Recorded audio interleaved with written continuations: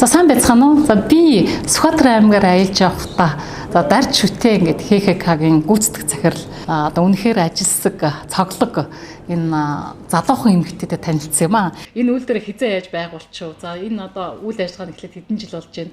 Хэдэн ажиллагчдад ажиллаж байна? За одоо ямар бүтээгдэхүүн үйлдвэрлэж байна? За тэр тухайгаа нэг товч тодорхой яриад өгөөч. За манайх бол яг энэ хөдөөж хүм чиглэлээр бүтээгдэхүүн үйлдвэрлэл явуулдаг гэсэн тийм ээ. 10 оноос эхэлсэн. Одоо 16 оноос эхлээд яг энэ махны үйлдвэрийн үйл ажиллагааг хийж эхэлсэн байгаа. За тэр одоо маружин тэгээд тэр гурил боонос гадна хууцаашаас гадна 16 оноос эхлээд энэ махны салбарлал орсон. Яагаад гэвэл манай аймаг өөрөө онцлогтой. Тэгээ газар тариалангийн бүс гэхээр биш. Яг мал аж ахуй дээр суурилсан уул уурхааны түшиглээгүй ийм аймаг байдаг. Тийм учраас бид нарыг хөдөөж ахуй дээр ингээд төвшөлсөн ийм үйлдвэр үйл ажиллагаа явуулъя гэж юм гол зорьсон. Тэгээ манай гол салбар бол мах байдаг. За одоо бид нар бол 16 оноос хойш одоо малчтаасаа ингээ малын амдэр нь хүлээж аваад үйлдвэртэй болж боловсруулад англиад ялгаа шулахын шуулаад ингээд гулуузаар ингээд Улаанбаатар хот руу одоо нийлүүлж байгаа. Тий одоо энд бол нийтдээ нэг 50 гаруй хүн оргил үедээ нэг 50 гаруй хүн ажлын ачаал багтаа үедээ 20 гаруй хүн ингээд ажиллаад явж байгаа. Удирдлагын онцлогоос хамаарат. Та нарын үеийн залуучууд яг одоо юу хийж байна? За ер нь бол яг нэг хэсэг нь бол маш сайхан шаргуу хөдөлмөрлөж байгаа нэг хэсэг байна. Бас л ингээд анзаараад багт бол бас л нөгөө багасаа тий хат цуцсаны бас ийм амьдралын хар борыг үтцсэн хүмүүс амьдралын төлөө илүү тэнцэж байгаа гэж байна л да. Тий за нэг хэсэг хүмүүс бол яг төрийн алба багшаад ингээд алба сайхан хаагаад ингээд төрийн хаалбыг нэр хүндтэй хийгээ явж байгаа нэг хэсэг байна. За нэг хэсэг бас яг нөгөө ирэнтэй бараантай юм чинь нэг хэсэг нь буруу амьдарч байгаа нөхдөө өөдөж байна. Гэхдээ яг одоо ингээд анзаараад хахад ер нь нэг хэсэг нь их тэмүүлэлтэй юм хийчи бүтээчи гэсэн аюу тийм хүсэл тэмүүлэлтэй болцсон байна. Тий. Яг одоо нэг жоохон төрийн бодлого зөв болчиход болно болохгүй л байна. За төрийн бодлого гэсэн төрийн бодлого ер нь таны бодлоор аль тал руугаа зөв болвол зөвөр вэ? За би яг энэ дээр бол яг нэг ажил олгогч талаас л хэлмээр байна. Тий. Одоо биднэрт бол яг тий ерөөхдөө ажил олгогч хүмүүс л ажлах хүчин гэдэг нэг номер асуудал шүү дээ. Тий. Өнөөдөр бидний хийж байгаа манай ялангуяа ажил бол нэгдүгээр хүний мэргэжил боловсролч юм уу тийм ээ янз бүрийн шаардахгүй тийм ажил л да. Тэгвэл бидний яг тэр гол ажиллах хүчний цөм маань нийгмийн дунджаас доош давхаргын хүмүүс манад ажиллах хэрэгтэй байгаад байгаа. Гэтэл яг төрийн бодлогоор тэр нийгмийн дунджаас доош давхаргын хүмүүст халамжийн бодлого хит их олгохдохоор нөгөө хүмүүс маань ходоод нь өсөхгүй даарахгүй болохоор тархитлах нь ажиллахгүй ажил хий гэж биеэд ажиллахгүй ийм нөхцөл байдал үүссэн учраас өнөөдөр ажиллах хүчний үнэхээр хамсалт орчод байгаа. Тэр бол угаасаа ажиллагдж илээ. Гэтэл бол би яагаад чамаас байгаа гэхээр танаа үеийн одоо залуучуудаас арай өөр болоод байгаа л гэж бодоод байгаа байхгүй. Тэг ер нь бол харьцангуй өөрөө арай ямар ч гэсэн нөгөө юм хийчи бүтээчи одоо яагаад гэвэл бид нар чинь нэг яг нэг хоёр нийгмийн завсрын хүмүүс харин бидний дөнгөж нэгдэр ингэж орж яхад тэр хоёр нийгэмч солигдчихсэн үе шүү дээ. Тийм учраас тухайн үед чинь бол нөгөө хоёрын бизнес хийн гэдгийг бол баг л одоо нөгөө лөөрчинч байгаа юм шиг үздэг үед бид нар яг ингэж шилжчихлээ шүү дээ. Одоо тэр эсрэгээр болсон шүү дээ. Өнөөдөр төрд орно гэхээс илүү хувийн хөвшилд явж байгаа илүү ариун шудраг болсон санагдаж байгаа. Тийм учраас хүмүүс залуучууд ялангуяа хувийн бизнес хийх аюул тийм сонирхолтой. Тэгээ хувийн бизнес гэсэн нөгөө нэг жижиг дунд бизнес эрхлэгчдийг дэмжих сангаас одоо ер нь энэ хувийн бизнес эрхэлж байгаа хүмүүсээс зээл тусламж авах айгүй хэцүү болсон юм шиг байна тий. Тэр бас л жоохон тийм яг тийм бас л нөгөө төрийн бодлогын зөв зөвцөлт хэрэгтэй болчиход байгаа юм л да. Тэр тал дээр бас жоохон танахыг аваагүй гэхээр бас би яагаад гэсэн болтой гэж бодож байсан байхгүй юу? Тий, тэр өөрөө их сонирхол журамтай л да. Орлого хүрэхгүй бол би хасагдчих гээд ажиллах хүн их болохоор хасагдсан гэхээр гайхаад байгаа. Тэгээ би орлого хүрэхгүй юм чинь ингээд нөгөө би нөгөө жижиг бизнес эрхлэгчээр бүртгүүлжлээ л дээ. Тэгэхээр тэнгүүд миний ажиллах хүчин их байна гэдээ хасагдчихж байгаа. За хэрвээ би миний орлого за ажиллах хүчин их юм чинь миний орлого багч гэсэн яг би томоор нь бичээд өчийгээд би дахиад хасагдах байсан. Нэг ийм сонин зааган дээр. Тэгвэл олон хүн залинжуулж байгааг ер нь тэгээд нэг хуулийн цаахаа заавал цаанаа байгаад байна л да. Тийм би. Бид нар ямар ч байсан яг үйл ажиллагаагаа бүх суурьтай болгохын тулд нэгдүгээр нөгөө би малчтад дэмжиж гэж яриад байгаа нь малчинд би мөнгө хөөж мэг гэхээс илүү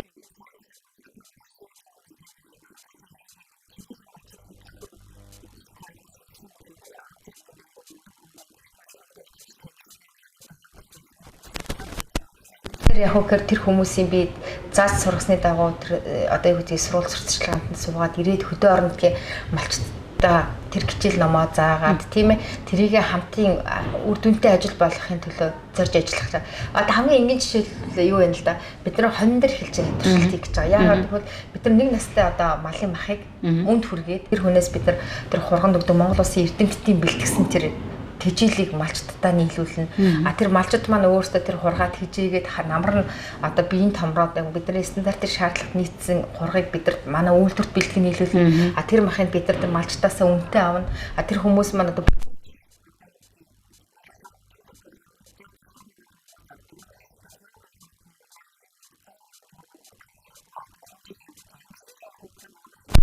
мал баг өсвөр насны мал ингээд одоо юу гэдэг мөнгө өндөр үнэтэй болоод ирэхээр малчтад яваандаа нөгөө эрс хувийн мал гэдэг юм маань байхгүй байхгүй.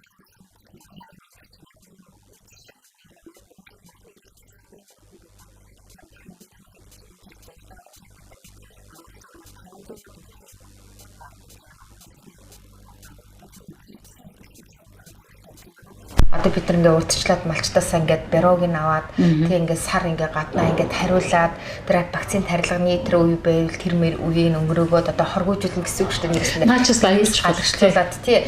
Тэгээд ингээд эрүүл баталгаатай тийм одоо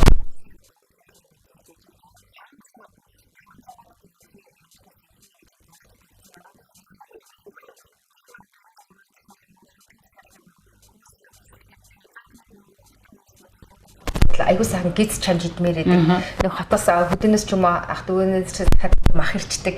Том дисгэгээ жижиглээд хөршөлөд үүсдэг. Тэгээ нэг сайхан гизэж чанаад иччихээр тентис нь том юм очичдаг. Нөгөөдгөө яаж ингээд гэглөө аваач гэсэн шүү дээ хөргөлтээр. За тэгээд махын ингээ ясын нэвлээ жижиглээд яг чамж идэхэд болохоор байхаар яг манай хотынхан бол одоо ингэдэг ах дэлгүүр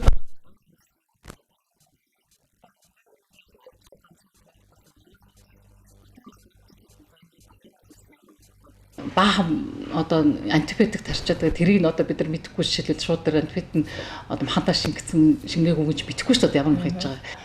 Тэгээд цаашдаа Улаанбаатар хотын одоо бүтээгдэхүүнөө ингээд хэрэглэгчдэд ингээд ойртуулахын тулд супермаркет ч юм уу нэгээд өөрийнх нь нэрийн бүтээгдэхүүний дэлгүүр нэг зарлага тавьж байгаа юу?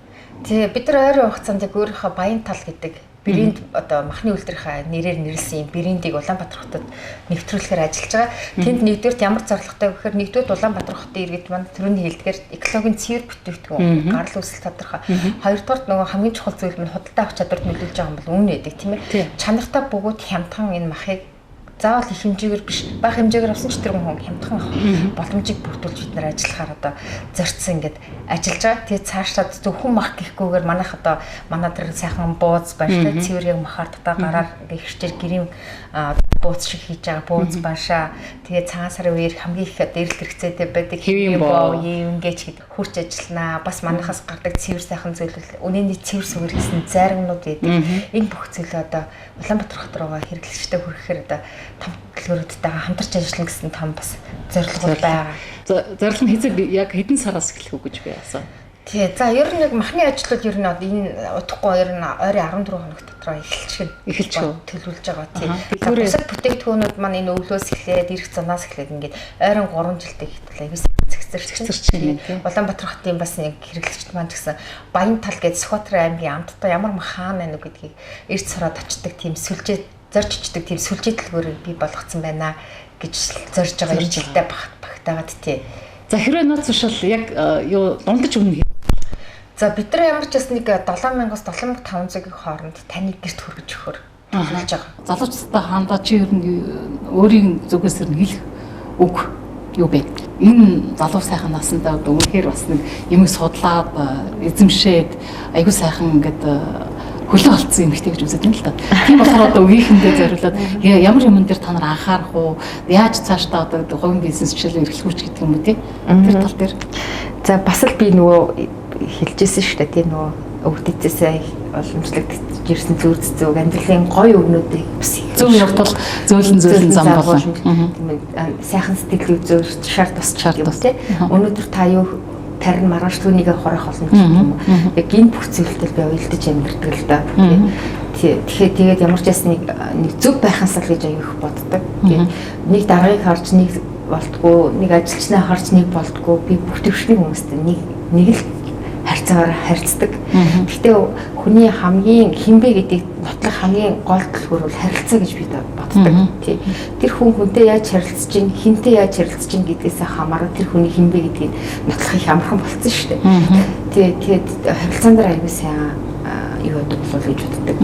Одоо бүх зүйлээ би бол одоо болов гэж боддог шүү дээ. Амьдралынхаа бүх амд тантай гэхэд нэг ингэж одоо энэс харьцсан шиг адилхан ажилчинтай байж би яг ийм байдал. Би ингээд ажиллаа ингээд хийгээд манай ингээд ажиллаж ингээд ядарч байгаа хүмүүсээ хараад ингээд хөөх инээхээр манайд ингээд нэг хөөх өдөөс сарч инээгээл тэгэл тэр хүний бүх ингээд ядаргаан тайлгдчихж байгаа юм шиг одоо тийм гоё мэдрэмж төрдөг. Тэгэл би ажиллаж байгаа хүмүүс ингээд хараад ингээд өнгөрдөг. Тэр манаас аюу гоё мэдрэмж төрүүлдэг шүү дээ. Тэгээ ажилчтай аюу гоё ирч хүч холоос нь дээрээ хараад инээмсэглээд ингээд би ямар ч хүнтэй харьцсан нэг төвшөнтэй харьцдаг. Энэ бол миний өөрийн нөгөө хүний имиж хийж байдаг тий. Тэр бол гэж боддог. Тэгэхээр шүтний хүний харж нэг болоод наашаа харж инеж цаашаа харж үйлнэ гэсэн юм ойлголт байдаг. Тий. Энэ л миний давуу тал одоо таны миний надаас асуух гэдэг гол зүйл энэ бол гэж боддог. Гэхдээ амьдралыг дандаа зөвөр хардаг юмны эрсдлийг ч юм уу юмны дандаа нөгөө харт талыг харах аюу дургу дандаа юм хийн чадна бүтээн тий ингээд дандаа ингээд дээр нь ялан жилэн гэсэн л хүсэл тэмүүлэлтэй байдаг учраас тэгээд өмнө зүг хүрч байгаа л гэж боддог. Үнэхээр нэр зөвхөн уучлаарай 47 настай 42 настай гэсэн аав ээж чинь тий. Тийм болохоор ийм ухаалаг төрдөг юм болов. Бидний хувьд бол жишээлбэл бид нар одоо нэг 20 настай дөнгөж сургуульд төгсөөл техникум төгсөөл ажилд ороод 22 дэх хүүхд гаргаад явж байхдаа л нэг бараг л одоо үдийд л нэг жоохон ухаар байгаа юм шиг байгаа шүү дээ. Тэгээд таад бол үнэхээр бас нэг яагачгүй эрт ингээд юм ойлгоцсон бас ийм сайхан бүх юм ойлгоцсон байгаад одоо үнэхээр надад бол өстой таалагдсан. Тэгээд ийм сайхан хүмүүстэй таарлтаад бүр ингээд хит үйл ирээ замдаа явж байхдаа өртгөө ямар гоё залуусаа гэж би бодож ирсэн л та. Тэгээ манай бас нэг ээж нэг бас надад нэг цахиж хэлжсэн гол үг байдаг л та.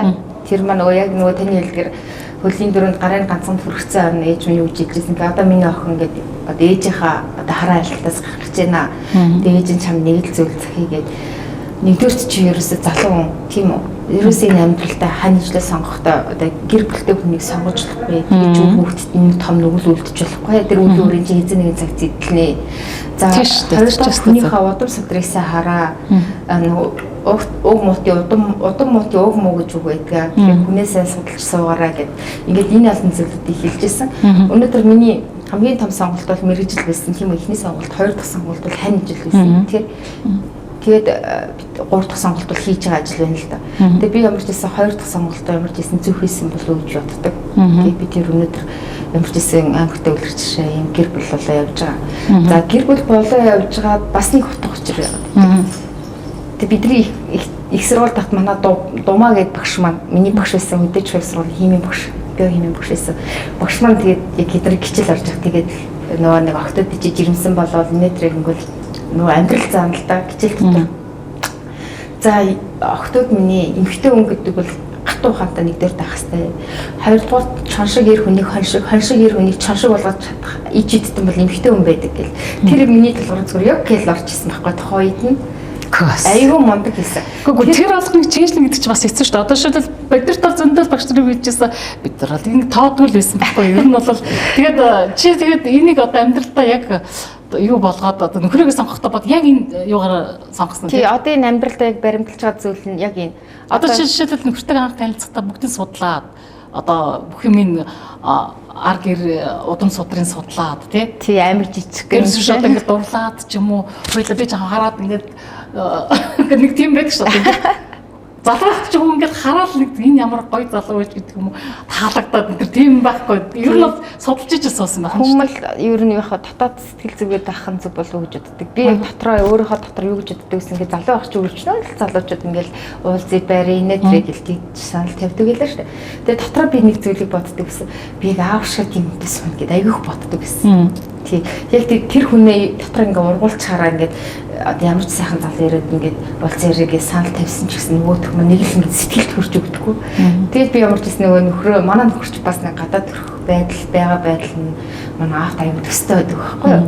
Тэгээд тэр болгонд ингээд татагдсан багхаа. Тэгээд аймаг жижиг юм чи тэгэл ээж аавын хүмүүсээгээ ямар хүмүүс үү гэл тэгэл амархан мэдэн шүү дээ. Ер нь ямар хүмүүсийн өгтөө гэд тий.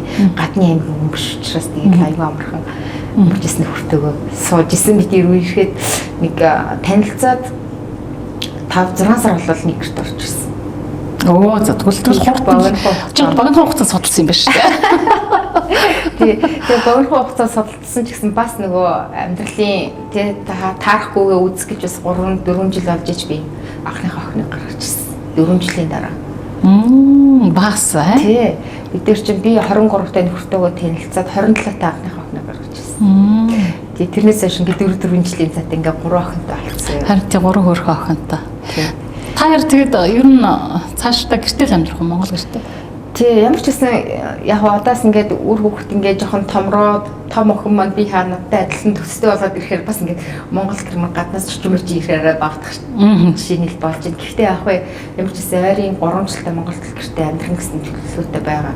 Яг хоо татараа байршин саунд орсон ч гэсэн би тэр Монгол гэрээ өөрийнхөө гал хэмжлэлтийг босгосон одоо энэ гэрээ ингээд насан туршдаа ингэртэйгээ цуг байшингийнхаа хажууд бариатай байна гэл айгуу гой төсөлцөн л байгаа. За нөгөө нэг том зорилгынхаа талаар ярьаач. Бас нөгөө нэг малчтаа одоо зориулж тэдэртэйгээ хамтарч бас нэг том төсөл ер нь үйлдвэрийн томсох талаараа ер нь цаашдын зорилго.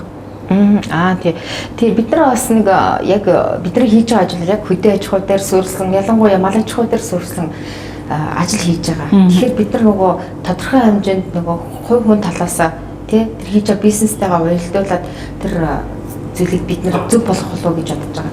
Өнөөдөр бас манай малчин түмэн маань өнөөдөр их өвдөцөөс уламжлагдаж ирсэн 10 ухаанаараа өнөөдөр ингээ маллаад төрөөс ингээ гарч байгаа бодлого шийдвэртэй уялдуулаад амьдарч байна л та. Тэгээ бидний юу зүйл маань юу анзаарэгдэж байгааг гэхээр нэгдүгээр 1000 малчин гэдэг зүйлийг дэмжиж төрөөс бодлого гаргасан маань өнөөдөр тухайн үед зөв юм шиг байсан хэрнээ тодорхой олон жилийн дараа өнөөдөр ингээ харахад нөгөөдгөнд буруу зүйл болж эхэлсэн. Юу болж эхэлсэн гэхээр нэгдүгээр айл болгон 1000 малтай болсон тэрний хэмжээгээр бэлчээрийн хомсдолтой цурлцгүй болсон тэрний хэмжээгээр одоо юу гэдгийг хэдэн биеийнхтэйгээ сайдаж муудах амнаас нэгөөдөх нэг сөрөг нийгэмд асуудлууд бий болоод эхэлсэн байгаа. Тийм учраас төлөвлөлт үүсээд байгаль орчин өөрөө эвдрээд тэр хүмүүс өөрөө эвдрээд тийм бүх юм болохгүй болж эхэлж байна. Мал нь хүртэл эвдэрсэн. Мал эвдэрсэн гэдэг нь одоо 70 сая гаруй малтай. Ингээ мал нь ингээ жигдрээд давжаараад үндсэндээ үйлдвэрийн шаардлага бараг хангахгүй хэмжээний одоо тэр бэлчээртэй холбоотой юу тэр давжаараад байна. Тэр давжаараад байгаа нэгдүгээр тэр бэлчээртэй холбоотойгоос хагаад хит нөгөө тооны араас хөөцөлтнөөс болоод чанарыг гэдэг зүйлийг шинжлэх ухааны үндэсгүйгээр ингээд явчихж байгаа юм л да. Тийм учраас бид нар өнөөдрөөс эхлэж манай малчтайгаа хамтраад ялангуяа эмчлээс эхлээд хамтарч ажиллах бэлтгэл ажиллаа хийсэн байгаа. Одоо жишээлбэл хонин дээр ихэд манайх сая өчигдөрхөн гэхэд 78 хонин дээр зохиомжтой хилдэл хийгээд дуусчихаа. Тийм маань яг уу гэхээр одоо бид нар малчтайгаа хилдэлтэй. За яг ирээд ингээ 1000-аас дээш малтай хүмүүстэйгээ нүүрт болж уулздаг юм. Өрөөнд оруулж ирж. За та бол хааш хашаага 1 км-ээс 2 км-ийн хооронд гэдэг бэлчээр эзэмшиж байна. Та энэ бэлчээрийг 10 жил ашиглах уу, 20 жилийн ашиглах уу, насаараа энэ бэлчээрийг үр хөвгтөд өвлүүлээд үлдээх үү гэдэг бол одоо таны одоо арга барилтай холбоотой болоод байна. Тэгэхээр та өнөөдөр 1000 мал бэлчээгээд 1000 хошоо 4000 хөлөөр давтуулах юм бол таны энэ жижигхэн талбай хэдэн жил эзлэгдэх вэ? Тэгэхээр таны эцсийн үр дүн бол яг одоо мөнгө шүү дээ. Мал маллаад эцсийн үр дүнд мөнгө л болох гэж байгаа шүү дээ. Тийм учраас 500 чанартай малаас 5 тэр 1000 мал маллах хэмжээний ашиг шимийг авдаг. Тэр мөнгийг бий болгодог. Тэрнээс илүү бий болгодог. Энэ систем рүү ороод тэр талбайгаа та 10 жил идэх байсан бол 20 жил идэх. Тэрнээс жолом жил идэхээр эдлэхээр дэмэ эзэмшихэр ингэх боломж байгаа гэдгийг ингээ малчтайгаа зөвлөлтүүд. Тэгээ эрхчлээс ямарч байсан бид нар олонгод яг хөхөр малчтын нэг айгүй ухаантай малчтаас гоё үг сонсдог байхгүй юу? Хэрэг бидний төл малыг тийм үү? Төл малыг ингээд махыг үнд оруулчих юм бол бид нар эрс суваа гэдэг юм уу? Ийм малыг малаад ингээд үүлээ үзээд 3-4 жил болоод энэ гөгсөртөл ингэж тийжээд ингээд толтол тий 100 зурханд ингээд өгөөд ингэж нэмэргүй байна гэсэн саналуудыг тавиад тэгээ бид нар бодож үзээд ихний ээлжинд бид нар замарч байсан төл малыг жин сайтай болох хэвээр тэрийг нь үнэтэй худалдаж авдаг болох хэвээр энэ бүх юм руу махны үйлдвэрөөр чиглэх хэвээр гэдгийг л аюулсаа олж харсан. Тэгээд энэ чиглэлээр бид нар ажил хийж байгаа ирэх жилээс ер нь ойрын 5 жилдээ маш гоё эцэгцтэй зөв систем рүү явах бах. Манай бүтээнийхэн чинь маш юмыг гоё ойлгож хүлээж авдаг шүү дээ. Тийм учраас хар буруу санахгүй тэгээд хүн хэлхээс наашгүй цац чигээс наашгүйгээд хэлээд ингээд ухааруулад ингээд шинжлэх ухааны зөв ингээд гарцын тэдэрт хэлээд өгөх юм бол одоо бид нар орчин үеийнхаа хөгжилтэй хөл нийлүүлэх боломжтой болох гэдэг юм л да. За нийгэм малчинд жишээлбэл одоо бэлчээрийг ингэж өвлж өгдөг юм уу? Өвлж өгөхгүй. Одоо бид нар ч аягүй сайхан шүү дээ. Хин олон жил тэр нутагт амьдсанараа тэр авийг одоо худаг ус тэр авийн бэлчээрийг одоо зүгээр дураараа ерөөхдөө усаас алгасан альбист юм байхгүйгээр эзэмшиж байгаа. Эзэмшээ тэгээ хоорондоо заримдаа хэрүүлнэ. Тэр маань хэрүүл үүсч байгаа шалтгаан одоо бидрийг жоох хөөхт ахт бол ингээд нэг айлд хот айл гэд хөдөө их гоё л шүү дээ. Ингээд 5-6 айл ингээд хот айл болсон. Тим дотор ингээд хүүхдүүд нь бужигналтал, мал нь бужигналтал, хоньник шиг гэл 7 хоногт нэг айл нэг өдрөл хонь хариулдаг байлаа шүү дээ. Тэр үед ингээд тэр авийн мал нилээд нэг 2-300 шиг хонь юм байдаг гэлээ. Өнөөдөр тэгж амьдрах ямар ч боломжгүй болсон. Тэр тэнд нэг айл, тэр тэнд нэг айл. Тэд дотор хүн амьдраад байгаа мó, хөт байгаа мó хүн ч мэдэхгүй. Мал гэлчээд идэг. Маш олон мал аваад идэг. Тэгээд нөгөө ер нь бол малын нэг талдаа бооллоо тий. Ялангуяа ажлын хичээлдээ хаврын цагт өдрөл хөдөөнийх үнэхээр зүдэрдэг. Энэ болж хэрэгтэй юм л да. Манайхаа малынхаа боол нь шийдсэн байх тэр талтай бид нар аюул сайн анхаарч байна. Энэ хөдөө орон нутгаар явж байгаа жишээл ингэдэм юм байна лээ. Одоо нэг айл хаваржаандаа нэг байшинтай, намаржаандаа нэг байшинтай, өвлжөндөө нэг байшинтай, цуслан дээр нэг байшин. Жишээлбэл одоо Булган аймаг гişгсэн бид хэрэг харж байсан. Тэгээд энэ хөдөө одоо Баян Үйлгийн аймагаар явж байгаа Баян Үйлийг бас одоо бүгдээрээ юм том өвлжөөнүүд хаваржаад юу гэдэг бүгдийг ингээд газар өмчлөд ингээд байчаад ингээд нэг айл бэлгээд 4 газар зусдаг газар нэг хаваржаа, намаржаа нэг өвлжөө нэг гэдэг. Тэрийг одоо би ингэж бодож байсан. Ер нь усаас ингээд хуурт юу яагаад хойрлаад өмчлөд өчтөн багтаа гэж бодсон байхгүй. Тий, одоохонд тэр ч одоо гээд нэг айлд өргөн газар эзэмшнэ гэдэг ч одоо бас болж идэг юм ер нь. Тий, одоо тэр ч одоо миний яхан хөрөхгүй. Гэхдээ энэ л яхан нүдэ хүмүүсээс цаанаасаа зүгээр ингээд боломжтой төрсэн. Хин малчин болоо, хин худаг ус гаргаад тиймд тий. Одоо бол тийм ба шүү дээ. Хин худаг гаргасан л тэр газар эзэмлэлцсэн. Худаг гаргах ч одоо айгүй амархан болсон шүү. Тийм шүү дээ. Худаг гаргах чи хуулиа баримтлагчныг гарган баримтлахгүй нэг гаргах. Тэгвэл энэ асуудлыг ер нь л эртхэн зэгцлэхгүй бол ер нь хэцүү л болж байгаа юм. Чи яг энэ чигээр яваад ах юм бол магадгүй 5-10 жилийн дараа инээс ч илүү ширүү өрсөлдөөн. Тийм сөрөг үр дагаврууд гарна. А энийг бид нар зэгцлэх хамгийн гол гарц чарж байгаа нь ерөөсөө ашиг шимнээр суурилсан цөөн тооны малчин байх хэрэгтэй гэдэг зүйлийг хараад байгаа юм л да. Тэгээд нэг талаа бас малын хөлн доторгүй болсон тийм ээ бид нар жоох багтал байсан шүү дээ. Ингээд ирээд ирэхээр Монгол бас жоохон хөдөөж хаяг мал аж ахуйд замбрааг явж байгаа зүйл юм л да. Одоо багнаас зээл авахын тулд 300 малтай бол 500 малтай гэдэг ч юм уу. Мал талгаар ингээд өчтдөг ч юм уу. Толгой дараалал нь тэр тоож нүггүй гэхээр тийм биш аа дээ. Тэгэхээр Монголын бас нөгөө бодлого өөрөө буруу байх гээд байна л да. Тоо буруу болохоор тэрийг зөв явуулахын тулд одоо ингээд татвар тавина гэд хэрвээ гिचх юм бол магадгүй малаа цөөх хийлээд дахиад нөгөө бодлого буруу явах гээд байна. Тэгээ энийг яг яаж зөв явуулах вэ гэдэг нь гэхлээр тэр яг мал тооллого хийж байгаа тэр ялганы тэр төлөвлөлүүд маш зөв ажиллах хэрэгтэй болчиход байгаа юм л да. Тий. Тэгээд энийг одоо бүр цахан болгоод одоо ингээд зэгцлээд явчихвал уул нь одоо шал өөр болсон шүү дээ. Нэг үе бодвол одоо би хэд одоо юу гэдэг эцэг гэдэг одоо би балчин байлаа гэж тод аван дээр ресторан хийхэд тэрний бүх мал одоо ингээ гардаг болсон шүү дээ. Нэг үе бодвол энэ толгой малтай энэ дээр гол нь тэр тоо яг үнэн үгүй юу гэдгийг батлах зүйл байхгүй л дээ. За би яг мал өөрөө малаа бол түрүү жил тоололж би үзчихсэн. Одоо тэр чинь бас зовлонтой яг толгой дараалал тоолно гэхээр бас энэ олон одоо жишээлбэл Скотер аймагт одоо хэдэн мал вэ? Хэдэн сая? За манайч бас нилээл би ч мэддгээр нь ямар ч гэсэн нэг адууны тоог мэддээд 361 мянган толгой адуу байдаг. Тий. Сая 400 орчим ямаа байдаг ч лөө нэг иймэрхүү ерөнхийдөө багцаасан тавтай байж байдаг. Ер нь бол яг тэр малыг бол уул нь явтад одоо юу штэ аймаг сум баг гэнгээ явж байгаа юм чинь ингээд нэг жоохон цэгцлээд ингээд яг айл нь тоош нөгөө тэр хүмүүс маань хариуцлагатай байж чадвал малын тоол зөв гарна. Тий. Энийг зэгцэлжүүл бас нэг талаа бодлого зөв явах гэдэг юм л да. Гэхдээ та хэд ер нь энэ дуу хоолой болж энэ бизнес эрхэлж байгаа хүмүүс ер нь тэгээд аймгийнхаа засаг захиргаанд ч юм уу ер нь байнга л энэ санал хүсэлтэд тавьж асуудлыг шийдвэрж явах хэрэгтэй шүү дээ ер нь бол. Тэр тал дээр та нар одоо байнга хамтарч ажиллаж байна юу ер нь. За тий яг хоо ямар ч гэсэн нэг тодорхой хэмжээний нэг би ч саа тэр болгон хурал суудах боломж байхгүй. Тэгээд хааганц нэг албан шаардлагаар хурал мурал суувал тодорхой хэмжээнд үгүй хэлнэ л дээ. Тий Монголд одоо мал юм байна, мах юм байна, юм байна гэсэн санаа. Гэхдээ яг зөвхөн одоо аймгийнхаа хэмжээнд өөрсдийнхээ асуудлыг шийдээд ингээд баг багаар шийдэхэд яваад байвал одоо шилнийг аймгаас нөгөө аймгийн туршил судалдаг ч юм уу энэ одоо малчтай цаашдаа одоо ирээдүйд ер нь энэ бэлчээрийн асуудлыг бас шийдэх хэрэгтэй байхгүй юу. Тэгээ бас малчд одоо бас нэг айл 4-5 хүүхэдтэй байвал одоо хүүхдийн тэтгэмжээр аавн дээрээс нь тэгэл одоо ер нь олон тэтгэмжүүд бас авдаг юм байна уу? Тийм малчин чиглэсэн тэтгэмж тийм их биш байхаа. Ямар ч гэсэн нийгмийн даатгал юм би бол тийм ойлгоод байдаг байхгүй юу. Тэгээд одоо та нар мэрэгжлийн өмсөлгөөр танаас асуугаад байна л да. Жишээлбэл одоо нөгөө ус энэ бэлдээгүй байвал жишээлбэл одоо усаас одоо юу аваад идэв штэ. Нөөцийн ус авдаг. Ер нь тэгэл малчин гэхээр л ер нь бүх юм цаанаас одоо манай төрийн бодлогоч гэсэн угаас малчд руугаа чиглэсийг бодлогууд их явуулдаг гэж би л боддгийг. Ер нь жишээлбэл одоо малчин гэхээр л ер нь бүх төрлийн хангамжаар хангагдаад байгаа юм шиг санагддаг байхгүй. Тэр тал дээр. Тий, ер нь яг тэ бид нар бол ер нь зөвлөдөө малчин руу ч гэсэн малчд гэдэг чинь өөрөөсөө хөдөө хурц гадаа гандаж тий бас амьдралын хар борыг туулж ич тэр хэдэн малаа бас өсгөж байгаа. Нийтлэл бас бизнес эрхлэж юм л та. Тий. Тэгэхээр болгоо бас төрийн дэмжлэг тодорхой хэмжээнд хэрэгтэй.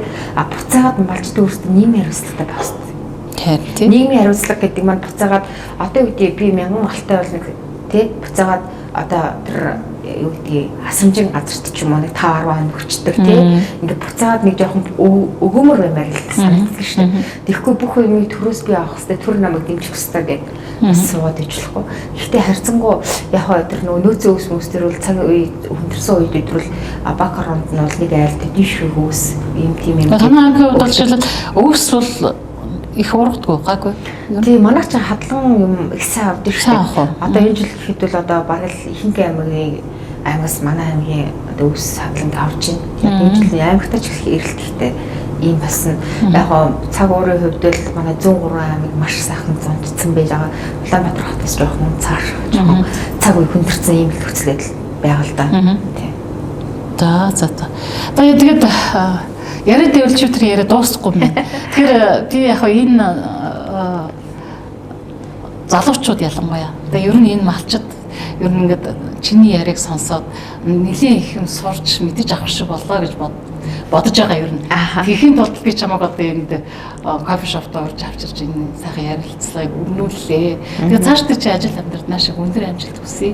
Тэгээд өмнө тавьсан энэ сайхан зорилго чинь улам сайхан биелээ.